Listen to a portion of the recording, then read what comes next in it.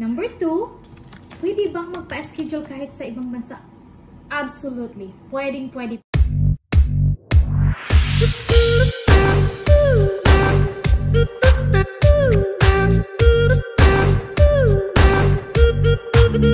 Hi everyone! Ito po si Bella.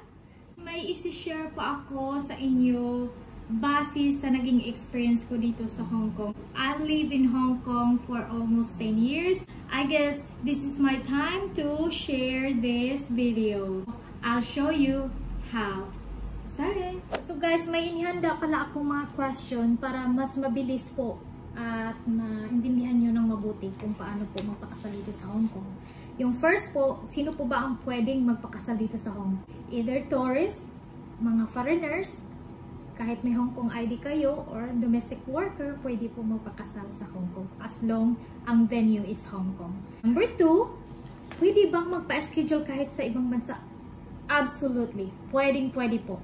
Pero yung schedule na yon is yung appointment of giving of notice. Yung schedule po para mag-walk-in. Kahit kumpleto kayo ng papel tapos wala kayong acknowledgement na galing sa kanila na mag-walk-in ka doon sa registry, hindi ka tatanggapin. Yun po yung pangalawa. Pangatlo, sino ba ang pwedeng pumunta sa marriage registry para magpasa ng mga documents? Either ikaw or dalawa kayo. Depende sa inyo kung sino. Okay? Sa inyo na yung choices. Apat, ano-anong mga supporting documents? Sino mark for single? Annulment certified from the court. Yung talagang may stamp. Okay? Divorce. Yung divorce po is, pag divorce yung magiging asawa nyo, kailangan nyo po ng divorce, yung certified po talaga na galing sa court din na may stamp. Yun po yung tatanggapin nila. Ang lima, magkano ang mababayaran? Iba yung mababayaran nyo sa mismong kasal, guys. Ito is filing fee lang po ito. So, yung 305 Hong Kong, kaya-kaya nyo po yan sa bulsa, guys. So, kailan po yan. Yung last na po na question po is, ready na po ba kayo magpakasal? Joke lang. Dapat meron na po kayong naka-arrange na mga dates, guys. Kasi pag pumunta kayo ng marriage registry, tatanungin sa inyo kung kailan yung kasal nyo. Tapos saan yung i-held yung kasal nyo. So, may mga choices po tayo sa either marriage registry, pwede po din sa private solicitor. May mga offices po sila na pwede po silang magkasal. Yung isa din po yung City Hall.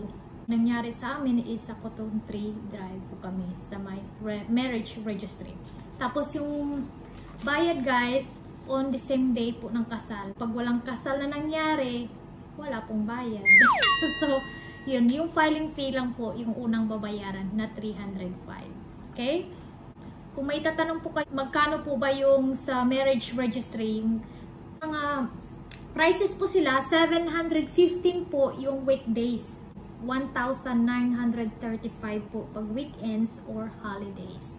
Ito na po yung online booking for giving of notice of intended marriage. Ito po yung pupuntahan nyo na website, www.gov.hongkong.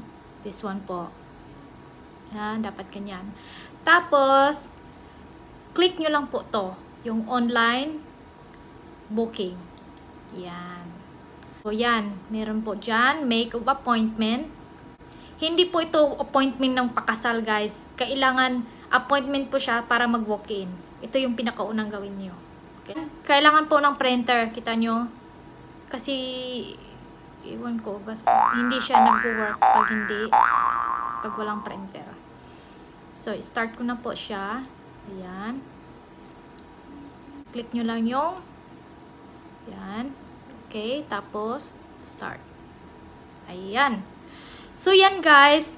May nakalagay na to make appointment of giving notice, provide the following information. Yung ginawa po namin is sa marriage registry sa Cotton Tree Drive sa Admiralty. So, ito po yung kinilike ko.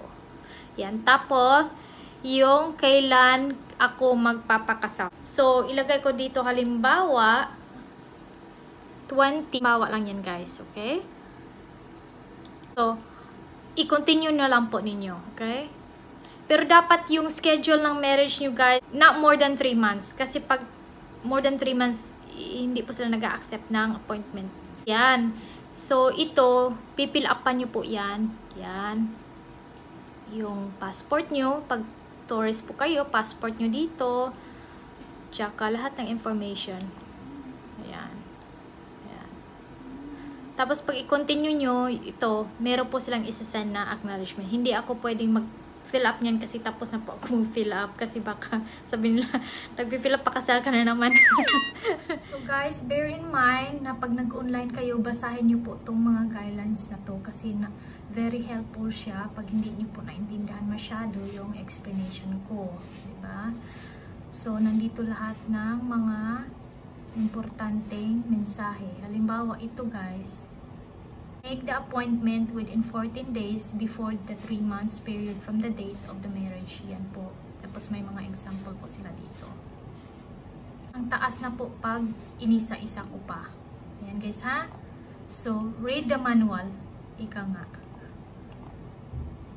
Okay, let's move on na guys. So, ayun guys, diba? Very easy lang siya pag online. Tapos na po kayo. Hihintayin nyo na po yung acknowledgement letter or email na galing sa marriage registrar.